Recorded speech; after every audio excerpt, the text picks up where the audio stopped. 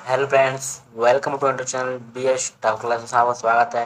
Class 10 math exercise 6.3 का question number 11, 12 and 13 इन सब को करने वाले सिंपल वे में फ्रेंड्स।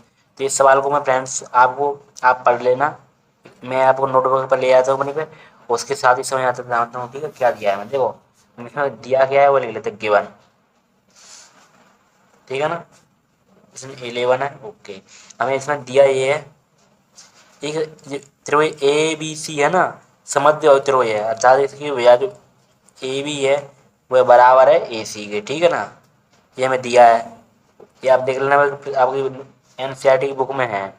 एंड ये भैया जो ए सी है, जो ई एफ लंब है ए सी पर। ठीक है ना, ये भैया ई एफ है वह लंब किस पर है, ए सी पर लंब है। ठीक है ना, 90 डिग्री कोण होना है। क्लियर है यहाँ तक? ओके, तो प्रूव करना है। प्रूव क्या करना है हमें? तो त्रिभुज ए बी डी समरूप है त्रिभुज ई सी एफ के। ठीक है ना, यानी जो ए बी डी समरूप त्रिभुज है ई सी एफ। क्लियर है यहाँ तक? ओके, तब है उपपत्ति। उपपत्ति ओके, उपपत्ति में करेंगे त्रिभुज जो हमें प्रूव करना है ना, उसी त्रिभुज में लेंगे। त्रिभुज ए बी डी। ठीक, अभी नहीं लेंगे, रुको 2 सेकंड रुको, अभी ये बाद में लेंगे। पहले गए चूंकि ए बी बराबर ए सी, ये हमें दिया है। ठीक है ना, दिया है, इसलिए कोण जो कोण बी है वह बराबर होगा कोण सी के। क्यों? क्योंकि इसकी सम्मुख भुजाएं बराबर हैं। ठीक है ना, किसी त्रिभुज की अगर दो भुजाएं बराबर हैं तो उनके सम्मुख कोण भी बराबर होते हैं, ये आपको ध्यान है ना। ओके, इसी में समीकरण नंबर फर्स्ट दे देता हूँ। ओके, अब आ जाते हैं हम त्रिभुज ए बी डी हुआ त्रिभुज ई सी एफ में।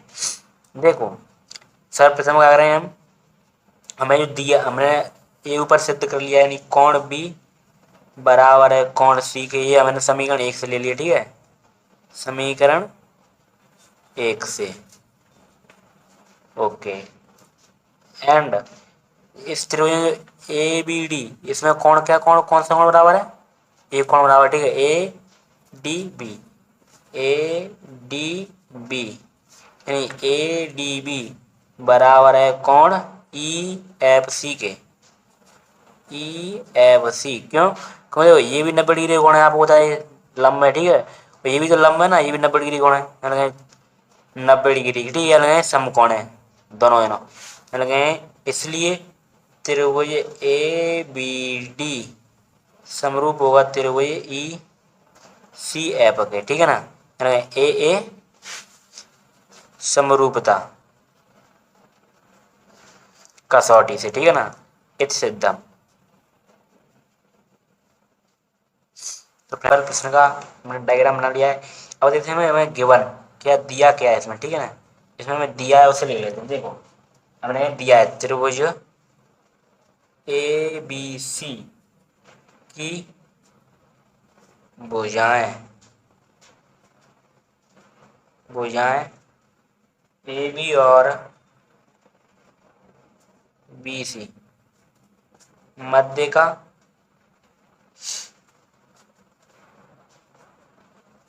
माध्य का। ठीक है, माध्य का क्या है इसकी? एडी, माध्य का एडी तथा अन्य त्रिभुज पी क्यू आर की भुजाएं भुजाएं पी क्यू और क्यू आर, यानी पी क्यू और क्यू आर तथा माध्य का, इसी क्या माध्य होगी? P M. ठीक है ना, समानुपाती है। ये क्या हमें दिया है। ठीक है, यानी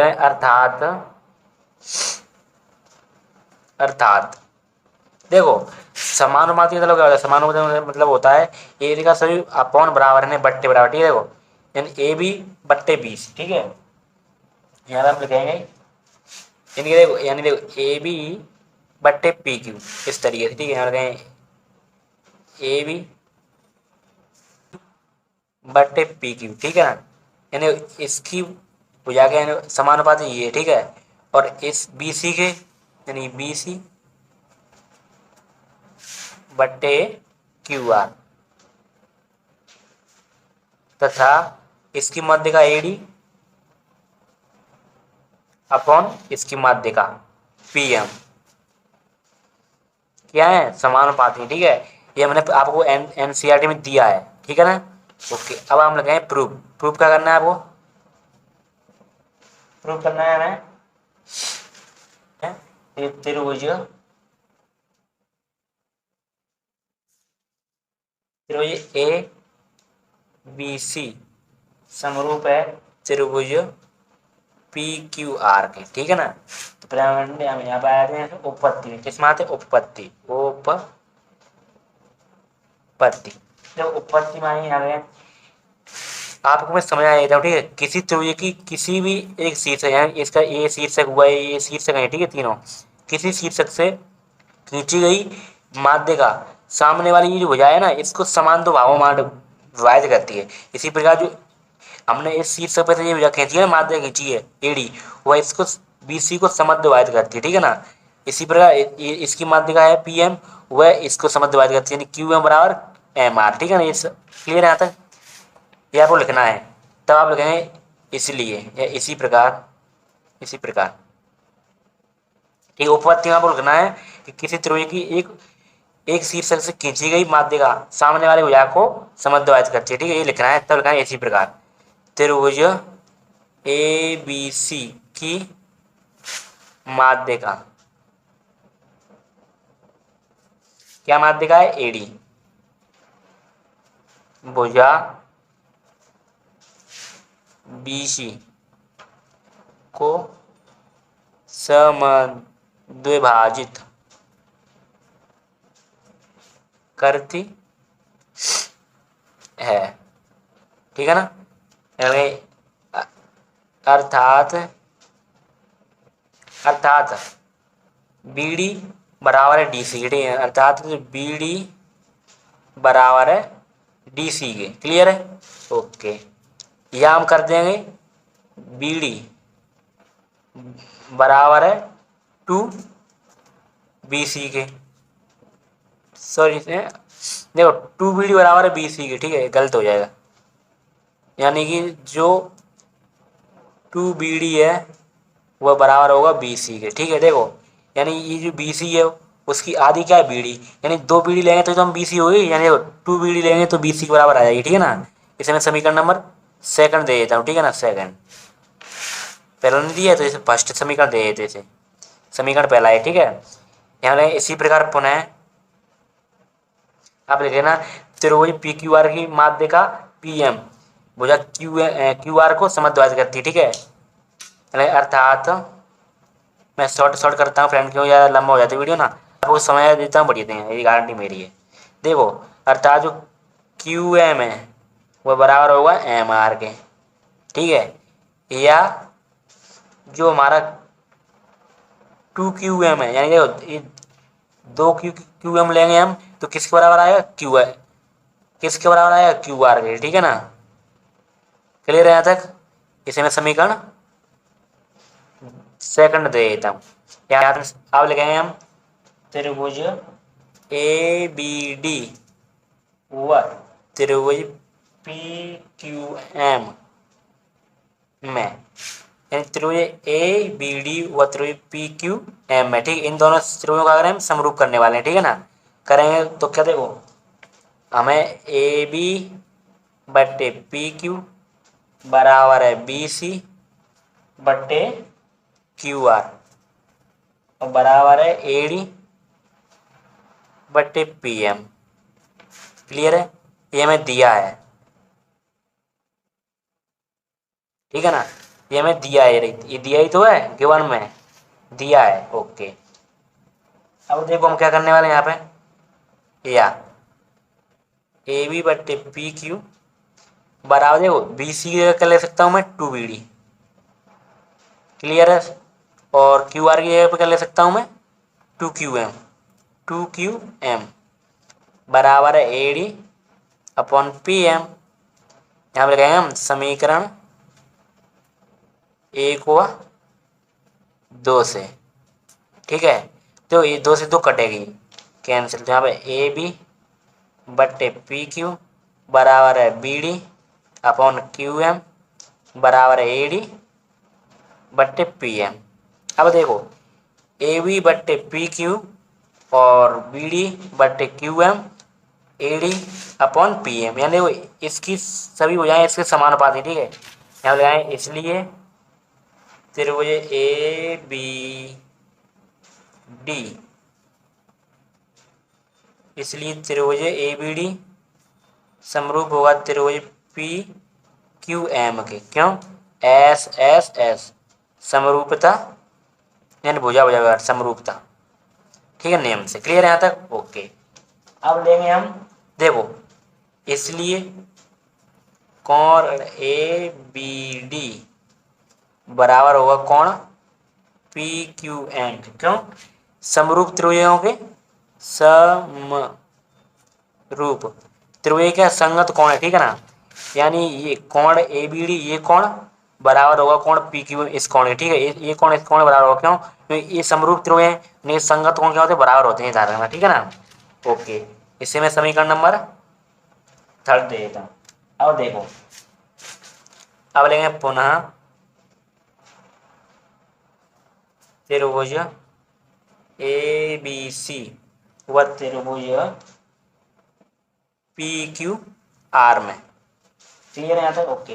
यहाँ लेंगे AB अपॉन PQ और BC बट्टे QR, ये तो मैं दिया है साथ में ही। ओके, एंड जो कोण ABD बराबर है कोण PQM, ये क्या है, समीकरण 3 से। क्लियर है, यानी इसलिए SAS समरूपता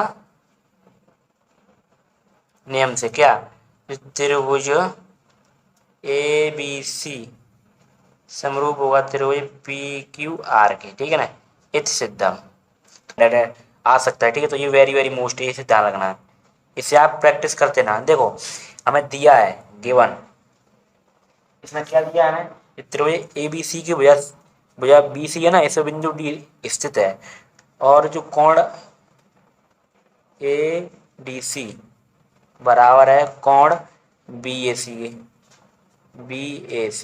क्लियर है, ये हमें दिया है। ओके, तो प्रूफ क्या करना है फ्रेंड्स,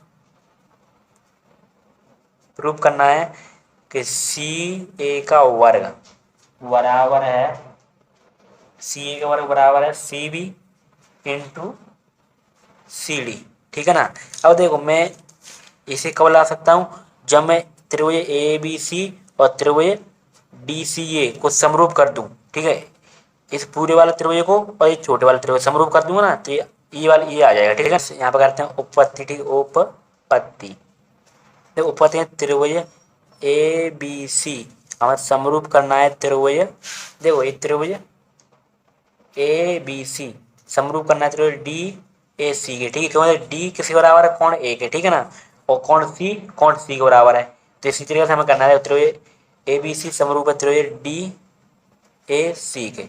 ठीक है, तो हमारे उपपत्ति त्रिभुज ABC हुआ त्रिभुज DAC में।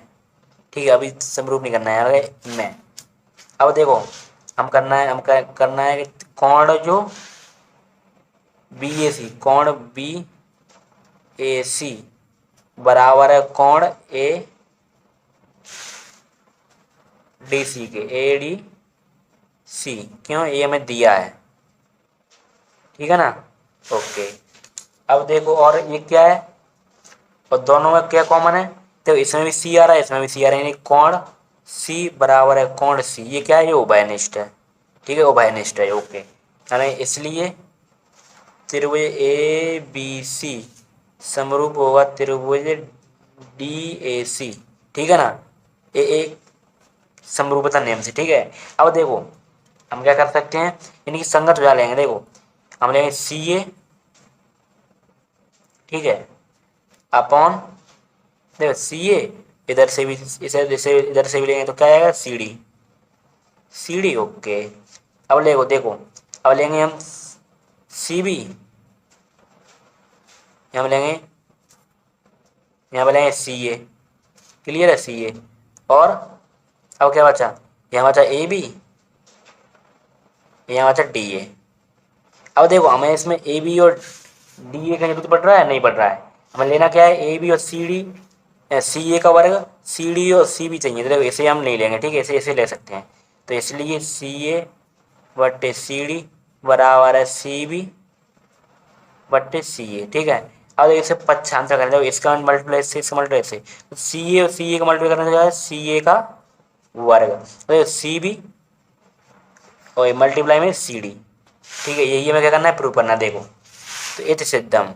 तो फ्रेंड्स ये वेरी वेरी वेरी मोस्ट सवाल है, इसे आपको करना है बार बार प्रैक्टिस में। वीडियो अच्छी लगे तो लाइक करें, चैनल सब्सक्राइब करें। Thanks for watching.